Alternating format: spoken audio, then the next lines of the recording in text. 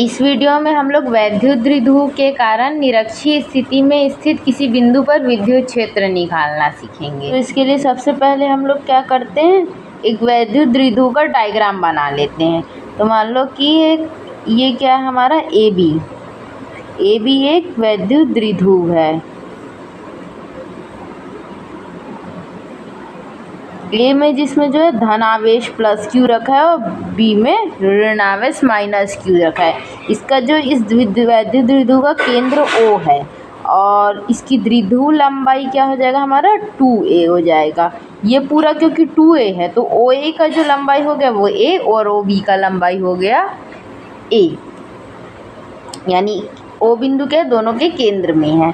अब क्या करते हैं हम कि ये अपने को पता चल गया।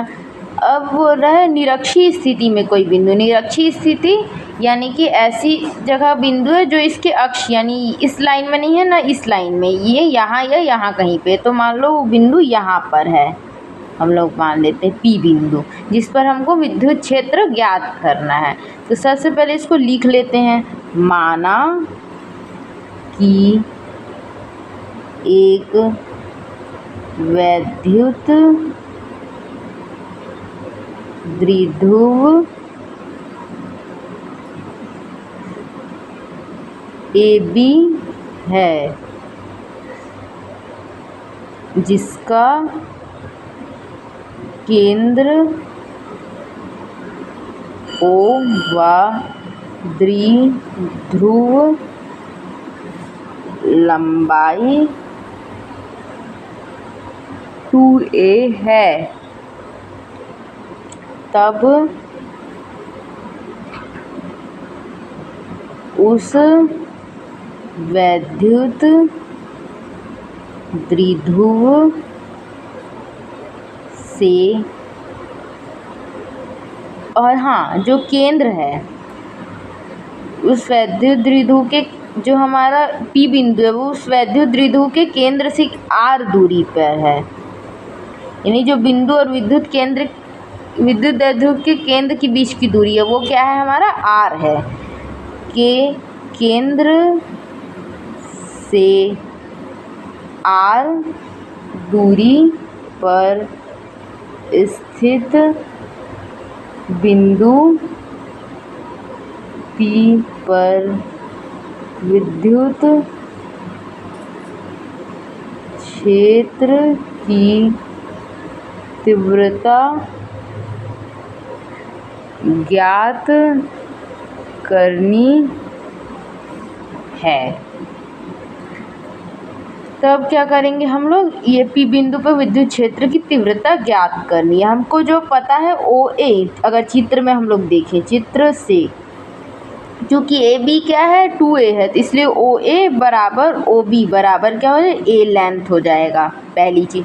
दूसरी वह OP जो है वो क्या है स्मॉल r के बराबर है। अब क्या करते हैं हम लोग, जो बिंदु A पे जो क्या है प्लस चार्ज है, बिंदु B पे माइनस चार्ज है, इसके कारण P बिंदु पर क्या विद्युत क्षेत्र बन रहा है वो देखते हैं। तो A में क्या है हमारे पास, जब हम लोग विद्युत क्षेत्र किसी बिंदु पे चेक करते हैं तो क्या करते हैं एक परीक्षण आवेश या टेस्ट चार्ज ला के रखते हैं। तो P बिंदु पर एक टेस्ट चार्ज ला कर रखेंगे जिस बिंदु पे चेक करना है अपने को। तो जो हमारा टेस्ट चार्ज होता है हमेशा क्या होता है Q0 से दर्शाते हैं और ये होता है धनात्मक रहता है हमेशा, यानी इसका आवेश धनात्मक है। तो धन में A सिरे में भी धन है और इधर भी धन, तो धन धन क्या करेंगे एक दूसरे को प्रतिकर्षित करेंगे। तो विद्युत क्षेत्र की दिशा क्या होगी, कुछ इस तरीके से होगी, A plus E plus Q की दिशा है ये, यानी प्लस Q चार्ज का विद्युत क्षेत्र इस दिशा में बनेगा कुछ इस तरीके से। अब जो है B बिंदु पे क्या है माइनस Q चार्ज है और टेस्ट चार्ज कैसा है प्लस आवेश का है। तो माइनस Q और इधर के प्लस Q0 के बीच विद्युत क्षेत्र का जो दिशा बनेगा वो कुछ इस तरीके से बनेगा, माइनस Q आकर्षित करेगा ना मतलब। तो अब हम क्या करते हैं ये इसको ये दिशा होगी। अब क्या करते हैं जो A और B बिंदु को मिला देते हैं और वैसी जो है P और B को भी मिला देते हैं। बिंदु A पर उपस्थित धनावेश प्लस Q के कारण P पर विद्युत क्षेत्र। तो P पर क्या विद्युत क्षेत्र हो जाएगा, विद्युत क्षेत्र को हम लिखते हैं E प्लस Q, आवेश के हैं इसलिए प्लस Q रख देते हैं। सदिश अभी नहीं लगा रहे, केवल परिणामी की बात कर रहे हैं। तो ये हो जाएगा 1/4 पाई एप्सिलॉन नॉट। चार्ज को है जो प्लस माइनस के बिना लिखेंगे तो प्लस Q बस लिखेंगे। बटे में क्या, वो दूरी जो चार्ज और जिस बिंदु पे हम लोग ज्ञात करना है उसके बीच है, तो वो दूरी क्या जाएगी, AP का स्क्वायर को दे देते हैं समीकरण 1। वह जो है बिंदु B पर उपस्थित ऋण Q चार्ज के कारण बिंदु P पर विद्युत क्षेत्र, ये क्या आ जाएगा, E ऋण Q बराबर हो जाएगा 1/4 पाई एप्सिलॉन नॉट Q बटे PB का वर्ग। इसको दे देते हैं समीकरण 2। इस तरह से हमको 2 समीकरण मिल गए, जो कि क्या है, बिंदु A जो प्लस चार्ज है उसके कारण P पर विद्युत क्षेत्र और माइनस चार्ज के कारण P पर विद्युत क्षेत्र को दर्शा रहे हैं। अब क्या है, अगर हम लोग जो है ज्यामिति देखें इस त्रिभुज की, ये क्या है, हमारे पास एक त्रिभुज बन रहा है APB। चित्र में यानी चित्र कौन सा, त्रिभुज APB में अगर हम लोग देखते हैं AP बराबर PB। अब अगर AP बराबर PB है तो इन दोनों अगर समीकरण 1 और 2 में देखें हम लोग, तो ये तो पहले से ही नियतांक है 1/4 पाई एप्सिलॉन नॉट, और Q भी जो है नियत ही है इस केस के लिए अगर देखा जाए तो, यानी सेम है दोनों केस में। जो डिफरेंस आता है वो AB के वर्ग और PB के वर्ग के कारण था, लेकिन यहाँ क्या है, AP बराबर PB है, तो दोनों के कारण जो विद्युत क्षेत्र होंगे अगर हम उसकी दिशा हटा दें, केवल परिमाण की बात करें तो परिमाण जो है समान होंगे। यानी कि जो हमारा इस कारण से, इसलिए हम लोग लिख सकते हैं एक चीज़ कि जो E प्लस Q का परिमाण है, परिमाण को हम लोग मॉड से दर्शाते हैं, वो किसके बराबर, E माइनस Q के बराबर है।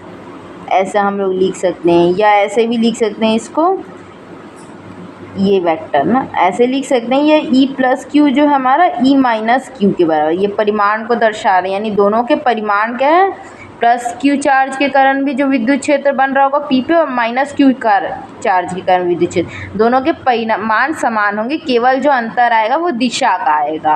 अब क्या है, इसमें हो गया, और इन दोनों के बीच में अगर डायग्राम में भी देखें तो ये क्या था, EQ प्लस EQ विद्युत क्षेत्र और ये माइनस EQ विद्युत क्षेत्र, इन दोनों के बीच जो कोण बनेगा ये क्या हो जाएगा, हमारा 2 थीटा कोण बन रहा है। यानी वह यहाँ पर लिख लेते हैं E प्लस Q व E माइनस Q के बीच 2 थीटा कोण बन रहा है।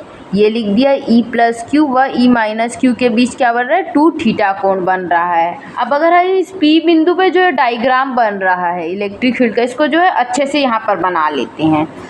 तो जैसे हम लोग देखें इस P बिंदु पे, केवल इसको दिखा रहे हैं ना हम लोग, एक विद्युत क्षेत्र ऐसे बन रहा है E प्लस Q नाम से, और एक जो है इस दिशा में बन रहा है E माइनस Q से, और इन दोनों के बीच का कोण बन रहा है 2 थीटा। अब जो है ये भी एक सदिश है और ये भी एक सदिश है, तो ये क्या होंगे, आपस में 2 सदिश घटकों में वियोजित हो जाएंगे। जैसे हम लोग देखें इसमें देखते हैं, तो एक हो जाएगा अपना जो ये इस तरीके से बनेगा हमारा E plus Q cos theta, और ये हो जाएगा हमारा E plus Q sine theta. Sine theta यानी लंबा बनेगा, कॉस थीटा इस डायरेक्शन में बनेगा। अब वैसे E माइनस Q भी वियोजित होगा, तो यहाँ पर जो हम लोग इसी दिशा में बनेगा E minus Q cos theta, और इसके जो है इधर की साइड डायरेक्शन में बनेगा E minus Q sine theta. ये जो है घटकों का वियोजन हो गया।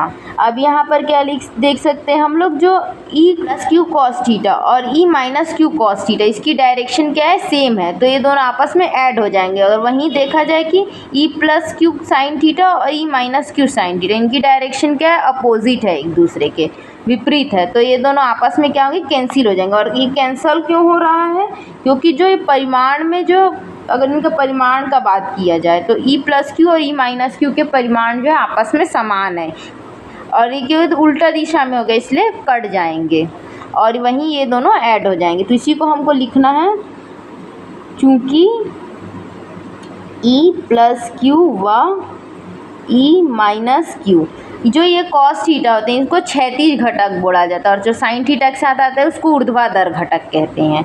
के क्षैतिज घटक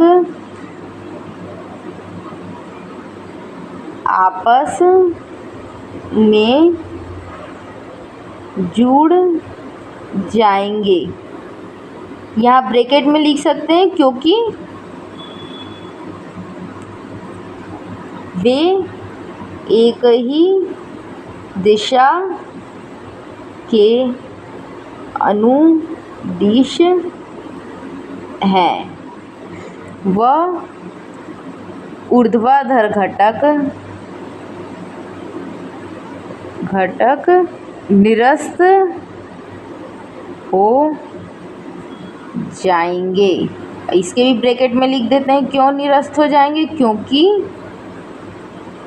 वे एक दूसरे के विपरीत दिशा में है।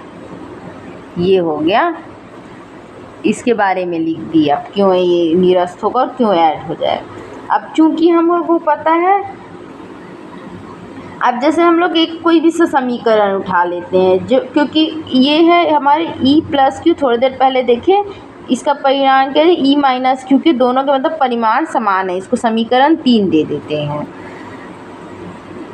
अब जो विद्युत क्षेत्र P बिंदु पर जो विद्युत क्षेत्र निकल के आएगा हमारा, वो सिर्फ किसके कारण आ रहा होगा, जो क्षैतिज घटक होंगे e प्लस क्यू के और e माइनस क्यू के, क्योंकि ऊर्ध्वाधर घटक तो आपस में कट जा रहे हैं, कैंसिल हो जा रहे हैं, तो हमको सिर्फ जो है क्षैतिज घटक को जोड़ना है। तो अतः बिंदु P पर विद्युत क्षेत्र की तीव्रता किसके कारण निकालना है, ए बी विधु के कारण, वैद्युत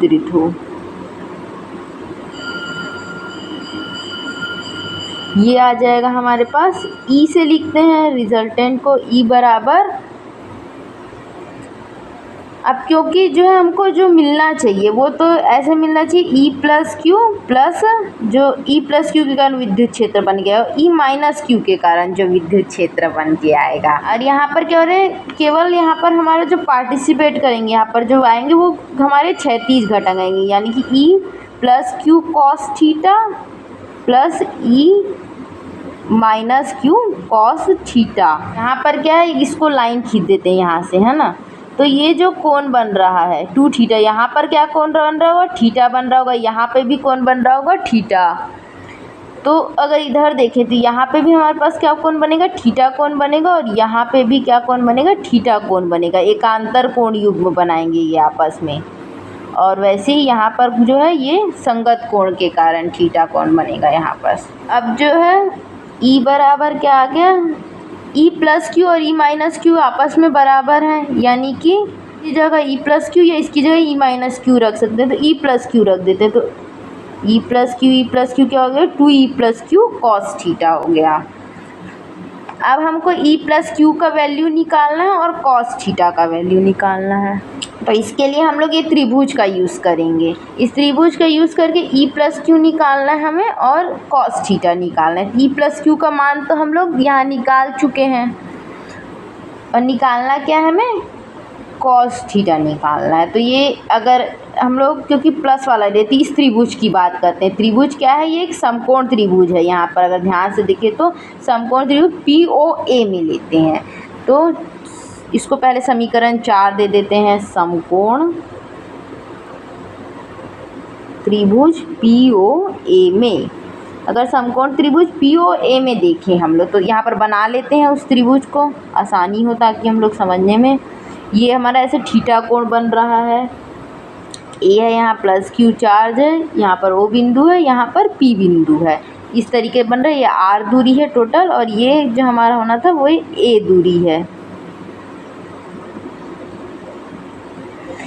अब क्या है, इसमें हमको निकालना है E प्लस Q, और E प्लस Q निकालने के लिए हमको क्या निकालना पड़ेगा। अगर E प्लस Q में देखें तो ये तो सेम है अपने पास AP स्क्वायर यानी AP का मान निकालना पड़ेगा।